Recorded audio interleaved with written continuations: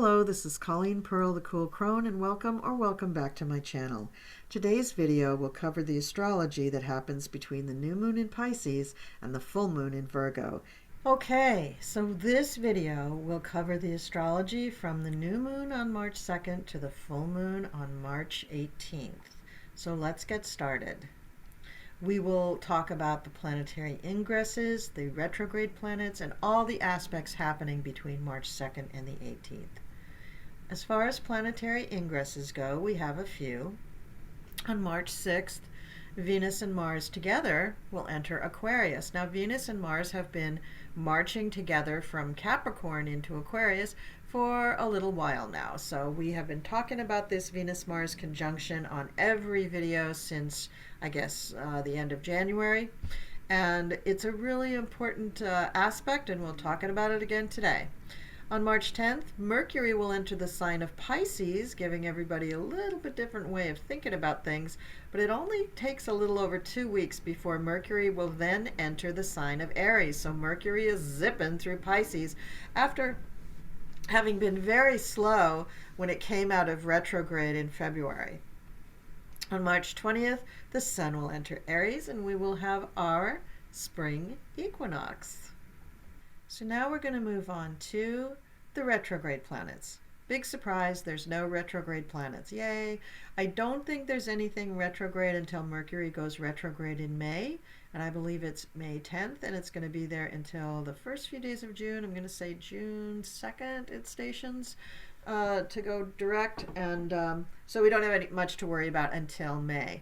So right now we're safe, no retrograde planets, life should be moving forward, and we shouldn't have too many awful roadblocks ahead of us. Now let's move on to the planetary aspects, and we have quite a list. We have the new moon in Pisces, which I've already done a video about. We have the Sun sextile Uranus, which also happens during the new moon in Pisces. Venus conjunct Pluto, Mars conjunct Pluto, Sun conjunct Jupiter, Venus conjunct Mars, Mercury trine Lilith, and Mercury squaring the North Node on the 7th. Then we have the Sun conjunct Neptune, the Sun sextile the North Node, the Sun square Lilith, and Mercury squaring Uranus on the 17th. Then the Sun sextile Pluto and Venus sextile Chiron. And that's the list of aspects. And I'm going to talk about each one in detail, but first I just want to say a couple of things about the new moon, even though I've already done a video about it. When we look at the chart of the new moon, this is a very mysterious yet very open and social new moon. We will be pulled in two directions, just like the Pisces fish. One direction will lead to our inner workings, our soul, our karma, our destiny and life mission, and the other leads towards new relationships and fun and groups and happiness and the outer world.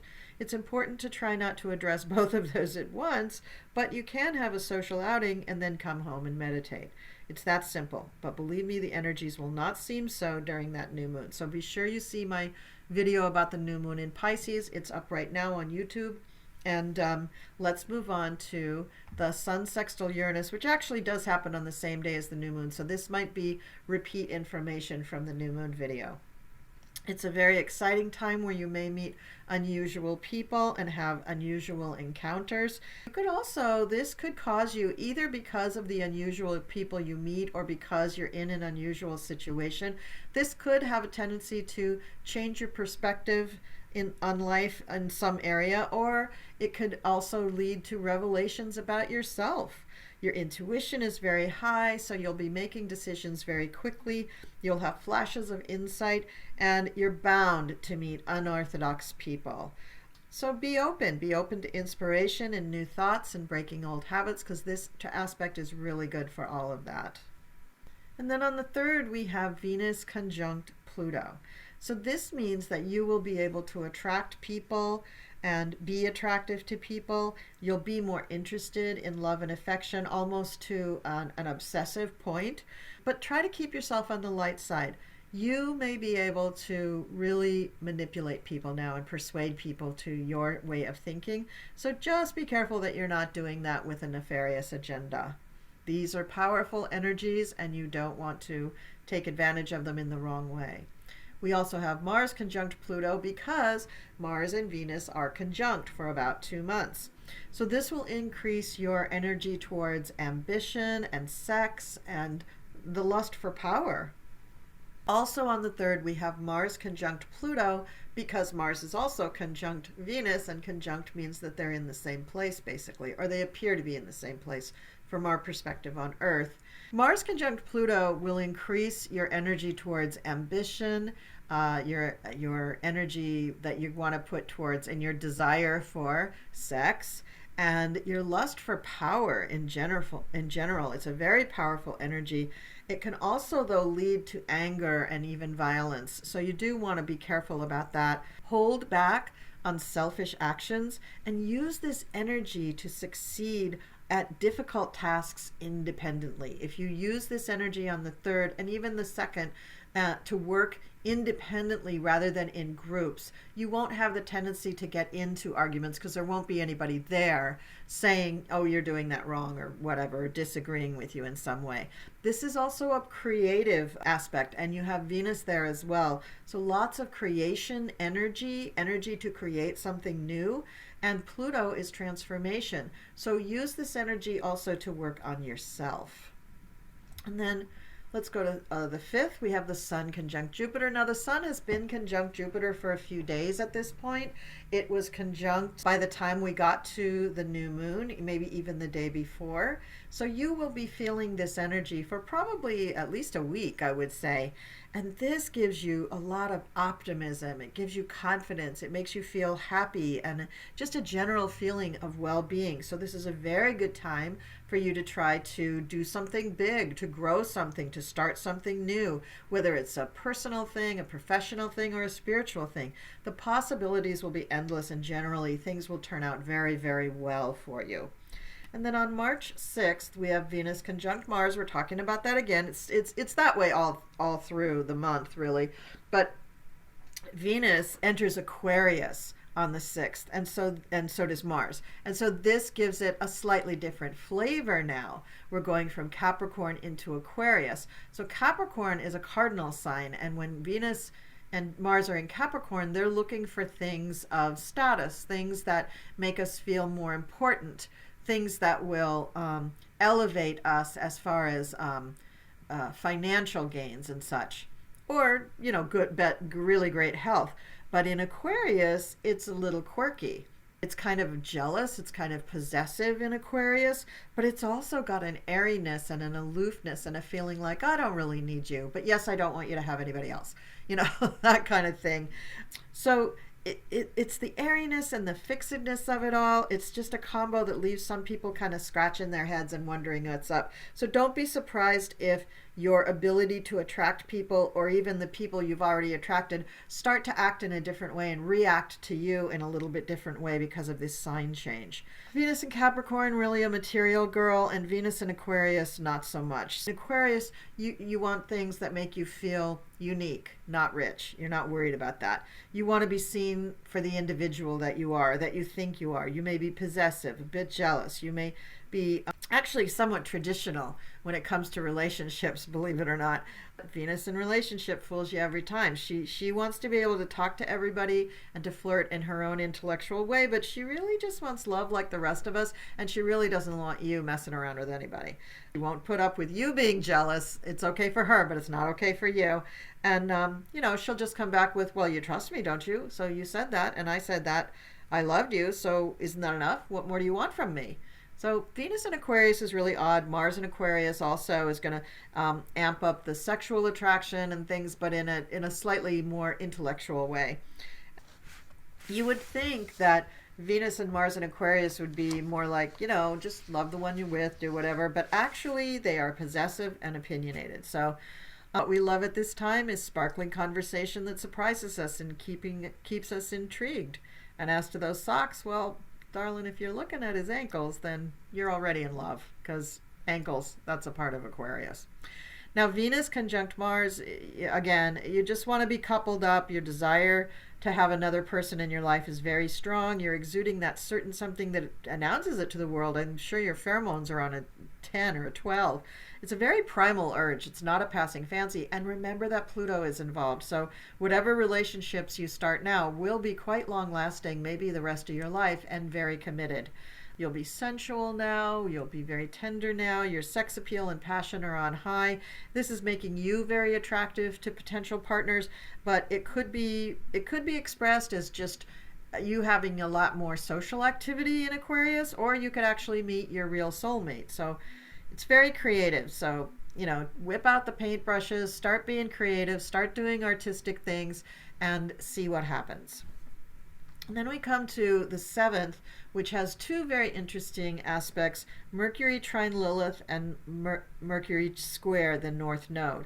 So Mercury trine Lilith, Mercury is thoughts and expressions and words, but Lilith is the rebel in you. So all these little dark things that you don't want the world to see, Lilith hides for you. But she also stands up for you. She's a warrior. She's a person that will fight to the finish for you to be just as quirky and odd as you are. And revealing those quirks or even those weird fetishes may crop up during this transit due to the appearance of Mercury and that harmonious aspect between them. That's a trine, that's 120 degrees. That means that there's harmonious energy flow between Mercury and Black Moon Lilith. Now, Lilith wants all the dark stuff to come to the light, not to titillate, but to embrace who you really are. And that's the stubborn side of it, is she wants it to come to light, and she doesn't want to have to apologize for it. And that's probably good. Mercury squaring the North Node. This is going to be you questioning. What is my purpose? What is my mission? Why am I here? What am I doing? And getting a little frustrated that you don't just have the answers right now. It's okay not to have the answers right now. It's okay for you to question what's going on. This is a great time in your life to be going through this. Now, if you see the video on the new moon, you'll see that on the new moon, there's quite a powerful array of planetary aspects that will help you with looking into your destiny and your North Star, as it were, when because of all the planetary activity surrounding the North Node. Then on the 13th, we have the Sun conjuncting Neptune. So this increases your sensitivity, your intuition, your empathy. You'll be a lot more affected and sensitive to others' thoughts and feelings and the environment and just the vibes that are going around. So be a little careful with that. If you're already a sensitive person, you probably want to, limit your exposure to negative or toxic environments, like where people are too loud or people are, getting really drunk and rowdy or something. You want to limit your exposure to that, because it's just going to overstimulate you. So it might be better for you to be home alone rather than sharing your own energy with negative types, because that will leave you drained and depressed and scared or ill. So even though this is the sun, it's a conjunction, and sometimes conjunctions are really, really challenging. They combine the energies of two planets whose energies are not the same. And in this aspect, Neptune is strong. It's still in Pisces. It's actually at the opposition point for the natal chart of the USA right now, and we can't fight it. We don't have enough oomph personally to resist the power of Neptune right now, even with the sun. So you do want to be a little bit careful about all of that.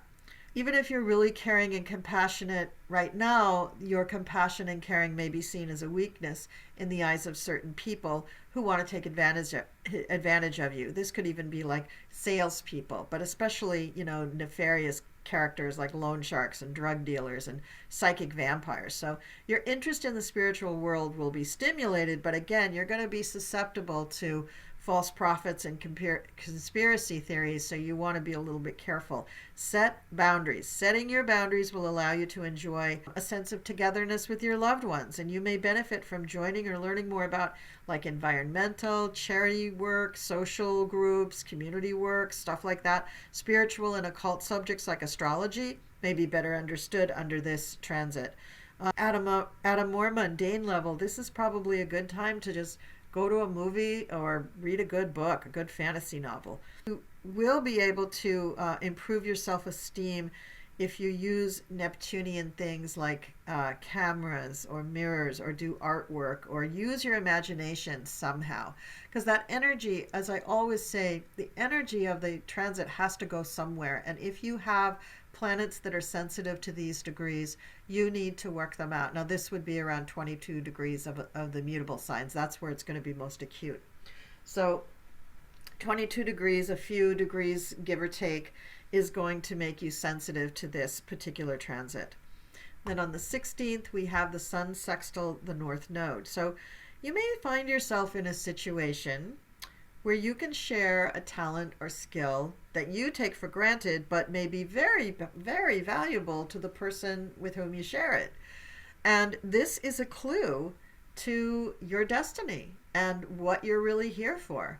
So pay attention. This is a unique time, and you may discover your true destiny by accident. All right, then the 17th, we have the Sun square Lilith and Mercury sextile Uranus. So the Sun square Lilith creates an incredibly strong-willed, feisty individual. That's in the natal chart. But when we're talking about the transit, we're talking about this feistiness and this willingness to fight coming out, especially when you feel your ego is being attacked. So you may find yourself having to defend someone or even yourself about these things that Black Moon Lilith hides. Remember, Black Moon Lilith hides things we don't want the rest of the world to see, but she's also a warrior. Others may speak out about gritty, dark issues that are disturbing or distasteful to the public in some way, and you may hear about it and you may relate to it and you may feel like you want to pile on. There's a lot of tension in this aspect, and this could compel people to action. So I'm thinking people in the LGBTQ community want to be really careful around St. Patrick's Day. It's not a good time for you to go out and be in a parade. That's all I'm saying. Now, Mercury sextile Uranus, this means exciting news and fascinating conversations, but things take a detour from your daily life and you will meet new and unusual people. Now, your senses are turned up high. Your psychic awareness is way high, so it's a great time for socializing. So I just said for LGBTQ people, probably not a good time, but if you go to a party where it's all LGBTQ people, you'll be fine. Just don't march down Fifth Avenue with a bunch of people that might disagree with the way you live your life. Okay. It's not the Gay Pride Week, it's St. Patrick's Day, so maybe steer clear. And then on March 18th, of course, also we have the full moon in Virgo. And I love this full moon. My moon is in Virgo. It's my full moon. It's my time of the year where I really get to go hog wild being moon in Virgo. Oh, all right. So that's what I have to say about the planets for astrology from March 2nd to the 18th. Thank you so much for watching. Thank you for liking, sharing, subscribing. Please leave me some comments down below, and I will see you next time.